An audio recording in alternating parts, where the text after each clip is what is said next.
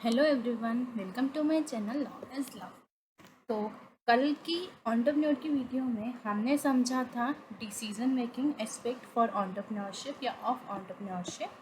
और सेकंड जो हमने देखा था वो देखा था कि एंटरप्रेन्योरशिप में कौन कौन से स्टेप्स आते हैं। लेडर जब आप लेडर पे रखते हो तो उसमें कितने स्टेप्स आते हैं, ठीक है। अब उसी के कंटिन्यू चैप्टर में आज का टॉपिक है adversity question to entrepreneur. Adversity question का मतलब होगा कि डिफ़िकल्ट से डिफ़िकल्ट सिचुएशन में भी आप कितने अच्छे से डील करके उन डिफ़िकल्ट सिचुएशन से ओवरकम कर सकते हो। Adversity question is the ability to manage suffering और डिफ़िकल्टी इनटू एन अपॉर्चुनिटी। एक अपॉर्चुनिटी के लिए आप कितनी डिफ़िकल्टीज और कितनी सफरिंग्स को कैसे मैनेज करोगे, उसकी कितनी एबिलिटी है आपके पास कि आपके पास जो डिफ़िकल्टीज आ रही हैं आप उसको मैनेज करो। That is adversity question. Adversity question provides information how will individuals can withstand adversity and overcome it, whether a person can exceed expectations or even fail. Adversity question आपको information देता है कि एक individual adversity के समान मतलब उसके adversity के समान मतलब adversity में खड़ा रह के दिक्कतों में परेशानियों में खड़ा रह के उससे कैसे overcome करेगा। अब डिपेंड करता है कि ओवरकम करेगा, अब वो क्या अपनी एक्सपेक्टेशन से एक्सीड करेगा और इवन फेल भी हो सकता है। Adversity question can predict how a person behaves in difficult situations. Adversity question आपको बताता है कि कैसे एक पर्सन डिफिकल्ट सिचुएशन में बिहेव करता है। 3 अप्रोचेज इसके लिए बहुत इंपॉर्टेंट है। उसके बाद आता है एडवर्सिटी क्वेश्चन में 4 आपकी कोर डायमेंशंस है। क्वेश्चन सीधा सीधा पूछ सकते हैं। एडवर्सिटी क्वेश्चन में 4 कोर डायमेंशंस हैं। आपसे क्वेश्चन सीधा ये भी पूछा जा सकता है कि 4 कोर डायमेंशंस बताओ एडवर्सिटी क्वेश्चन। तो 4 कोर डायमेंशंस है control, origin and ownership, reach और एंड्योरेंस। अब एक एक करके चारों का मतलब समझते हैं। सबसे पहले आता है control. Control is the level of individual control of influence that comes from themselves और from the outside, so not easily affected and optimistic about the decision was taken. ध्यान से समझना। कंट्रोल होता है कि इंडिविजुअल कंट्रोल, आपका खुद पे कितना कंट्रोल है। बाहर से कोई आपको किसी चीज़ के लिए इन्फ्लुएंस कर रहा है, या तो आप अंदर से किसी गलत चीज़ के लिए इन्फ्लुएंस हो रहे हो या बाहर से हो रहे हो, तो आपको उससे इजीली अफेक्ट नहीं होना है और अपने डिसीजन पे टिके रहना है। That is control. कि बाहर से चाहे कोई कितना जोर लगा ले या आपका इनर आपको कितना जोर लगा रहा है, बट आप अपने डिसीजन पे अटके रहो। उसके बाद सेकेंड है origin and ownership. Origin and ownership are acknowledgement of difficulties faced by individuals. This explains that the difficulties are derived from the individual themselves, so that the developing individual will admit mistake rather than overly wrongdoing. अब होता क्या है, acknowledgement of difficulties. अब ownership ली है, business start करा, तो difficulties तो आएंगी, डिफिकल्टीज फेस्ड बाय इंडिविजुअल्स। अब डिफिकल्टीज जो डिराइव होती हैं वो इंडिविजुअल खुद भी डिराइव करता है। कई बार होता है जो डिफिकल्टीज होती है हम अपने दिमाग में कोई चीज़ बना बना के एक ही चीज़ सोच सोच के डिफिकल्टीज को डिराइव करते हैं। तो data derive from the individual themselves. अब होगा क्या, अपनी जो गलतियाँ हुई हैं, ठीक है, अपनी जो आपकी गलतियाँ हुई हैं उसको एडमिट करो और उससे ओवरकम करो, रादर देन कि अपनी मिस्टेक को एक्सेप्ट ना करें। तो अपनी गलतियाँ एडमिट करो और उससे ओवरकम करो। ये हो गए आपके दो factors, control, origin and ownership. अब नेक्स्ट आता है risk. Risk is a factor to the extent to which difficulties individual face in influencing their life. अपने लाइफ के लिए एक हद तक आप किस एक्सटेंट तक आप डिफिकल्टीज को फेस करते हो, दैट इज रिस्क. ठीक है. नेक्स्ट है एंड्योरेंस. एंड्योरेंस का मतलब है endurance is the length of time the individual to survive the problem. उसको उस प्रॉब्लम में सर्वाइव करने के लिए कितना टाइम लगता है, the length of time the individual to survive the problem. ठीक है. कौन कौन से 4 जो है कोर आपकी डायमेंशंस है एडवर्सिटी क्वेश्चन में. CORE, core. CORE का मतलब ही कोर है और इसकी जो फुल फॉर्म आपकी बनेगी वो भी CORE है, तो ये दोनों लिंक्ड है. Control, C for control, O for ownership, origin and ownership, R for reach, E for endurance. Okay. It is understood that the level of adversity quotient of a person will determine the intention of entrepreneurship, because and the entrepreneurs who have high adversity quotient level has the ability to take risk, try to control the situation. अब जिन भी entrepreneur में ना high level of adversity question होगा, मतलब उनकी क्षमता ज़्यादा होगी डिफ़िकल्टीज़ को डील करने की, ठीक है, तो वो लोग जो है ना, वो एंटरप्रेन्योर्स में एबिलिटी होगी कि वो रिस्क ले सकते हैं, अपनी सिचुएशन में कंट्रोल कर सकते हैं, अपनी सिचुएशन को कंट्रोल करने का ट्राई कर सकते हैं, गिव अप नहीं करेंगे जब टाइम डिफिकल्ट होगा, परसिस्टेंट रहेंगे and confidence to continue the business. हमेशा एक डिफिकल्टी आते ही उनको ये नहीं होगा कि बिजनेस को बंद कर दो, कंटिन्यू करेंगे बिजनेस, कॉन्फिडेंस रखेंगे, कभी भी डिफिकल्ट टाइम में गिव अप नहीं करेंगे, जो भी सिचुएशन आएगी उसको ट्राई करेंगे कि कंट्रोल हो जाए, रिस्क लेने की हमेशा एबिलिटी होगी। So adversity quotient has a positive and significant influence on entrepreneurial intention. तो हमेशा जो एडवर्सिटी क्वेश्चन है ना, उसका पॉजिटिव और सिग्निफिकेंट इन्फ्लुएंस रहता है आपका एंटरप्रेन्योरियल इंटेंशन। तो हमने क्या टॉपिक पढ़ा, एडवर्सिटी क्वेश्चन टू एंटरप्रेन्योर। सीधा सीधा क्वेश्चन आ सकता है, आपसे पूछा जा सकता है, या फिर आपसे पूछा जा सकता है, लास्ट लाइन दे देंगे, describe the adversity question which has a positive and significant influence on entrepreneurial. तो दोनों तरीके से क्वेश्चन आ सकता है, यू हैव टू आंसर। आपसे सीधा पूछ सकते हैं कि describe the dimensions of adversity question, तो वो भी आपको पता है, ठीक है। अब नेक्स्ट टॉपिक है एंटरप्रेन्योरियल सेल्फ एफिकेसी। बेंडूरा ने 1997 में डिफाइन की थी सेल्फ एफिकेसी।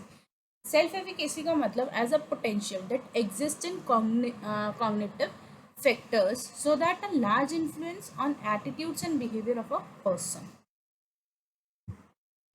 इसका मतलब कि आपका कितना इन्फ्लुएंस है एक पर्सन के एटीट्यूड पे, उसके बिहेवियर पे, ठीक है, पोटेंशियल, ये डेफिनेशन है। देखो इसमें वर्ड्स आगे पीछे नहीं कर सकते आप, बेंड्यूरा ने 1997 में डिफाइन किया था, तो आपको ये वर्ड टू वर्ड लिख के आनी पड़ेगी एग्जाम में, ओके। अब जो आता है ना, इट रेफर्स टू, तो ये मीनिंग है, यहाँ पे आप अपने लैंग्वेज में लिख सकते हो।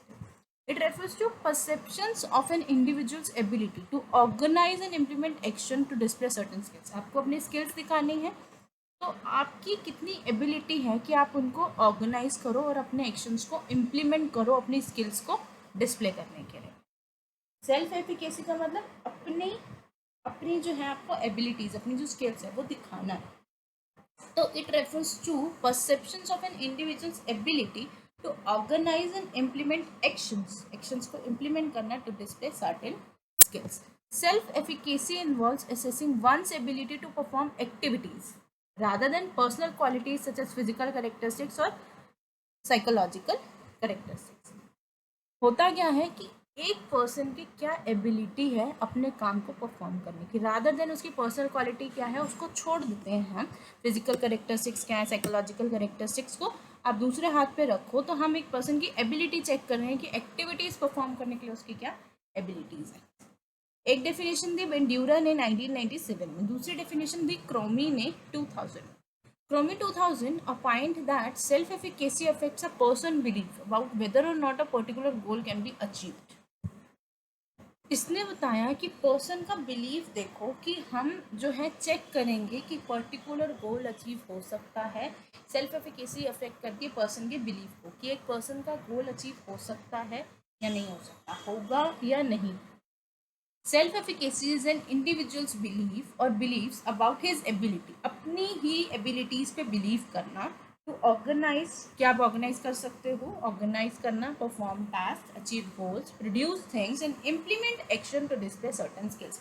घूम फिर के वही आ रहा है, देखो डिस्प्ले सर्टेन स्किल्स, आपको अपनी सर्टेन स्किल्स को डिस्प्ले करना है, तो उसके लिए आप ऑर्गेनाइज करोगे, टास्क परफॉर्म करोगे, गोल्स अचीव करोगे, प्रोड्यूस करोगे थिंग्स और एक्शंस को इम्प्लीमेंट करोगे, ठीक है। द एबिलिटी और सेल्फ एफिकेसी फॉर एंटरप्रेन्योरशिप। अब अभी तक तो हम नॉर्मल बात करते हैं, अब आता है कि एबिलिटी या फिर सेल्फ एफिकेसी। अगर हम एंटरप्रेन्योरशिप की बात करें तो उसको हम कहते हैं एंटरप्रेन्योरियल सेल्फ एफिकेसी, यानी कि ESE। ESE can be defined as strength of one's belief that they are able to successfully perform the role and task of an entrepreneur। ये इसी का मतलब कि कितनी स्ट्रेंथ है एक पर्सन की, वो कितने अच्छे से एंटरप्रेन्योर का टास्क जो है, रोल जो है वो परफॉर्म कर सकता है। People who have self efficacy are more desirable to explore their ideas by starting and running new ventures. जो भी पर्सन जिनमें सेल्फ एफिकेसी है, हु हैव सेल्फ एफिकेसी, वो बहुत डिजायरेबल होते हैं कि उनको नए नए आइडियाज़ एक्सप्लोर करने हैं और अपनी न्यू वेंचर को स्टार्ट करना है और उसको चलाना है। while people who have low self efficacy perform to work on others. अब जिनके पास सेल्फ एफिकेसी नहीं होती वो वर्क दूसरों के काम पे काम करते हैं, प्रेफर करते हैं टू वर्क ऑन अदर्स, दूसरी चीज़ों पे काम करते हैं.